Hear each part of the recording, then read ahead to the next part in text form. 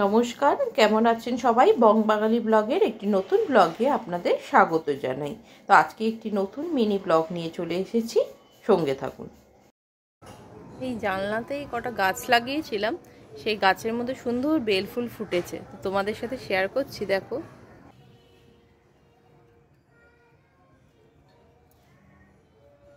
এবছর বেল ফুল গাছটায় এইবার 3 টাইমস কিন্তু ফুল ফুটলো, আর খুব সুন্দর ফুলগুলো ফুটছে। আর এখন লাস্টের দিকে ফুলগুলো খুব দেখো বড় বড় ফুটছে। এক একটা বেল ফুলে সাধারণত আরেকটু ছোট হয়, কিন্তু এবার দেখো অনেক এখন বড় বড় ফুটছে। তো বেল ফুলের গন্ধটা খুব ভালো লাগে। তো এই গাছটা একদিন যাদবপুর থেকে এনে লাগিয়েছিলাম, তো খুব সুন্দর ফুল ফুটছে। তো গাছের ডালগুলো কেটে দিয়েছিলাম, তো সেই ডালগুলো আমি আবার একটা টবে লাগিয়েছিলাম, যদি হয় জানি না বেল গাছ কীভাবে হয়। তো লাগিয়েছিলাম, তো সব কটা হয়নি।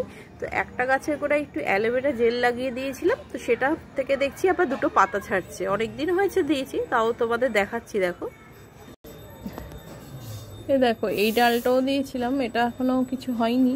তো এগুলোতে একটু দেখো ফাঙ্গাস ধরে গেছে, তোমরা দেখলে বুঝতে পারবে ফাঙ্গাস এসেছে, কিন্তু ডালটা এখন বেঁচে আছে।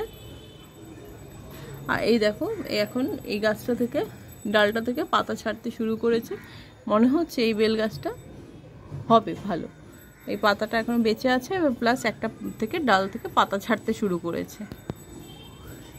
দেখা যাক, এটা তোমাদের সাথে পরে শেয়ার করব যে এই গাছটা বাঁচলো কিনা। তো মনে হচ্ছে যেহেতু পাতাটা ছাড়ছে, তাই জন্য পাতাটা ছাড়ছে দেখেই মনে হচ্ছে গাছটা বেঁচেছে। হয়তো এবছর একটা গাছ হয়েছে, পরের বছর দুটো গাছ হবে এখান থেকে।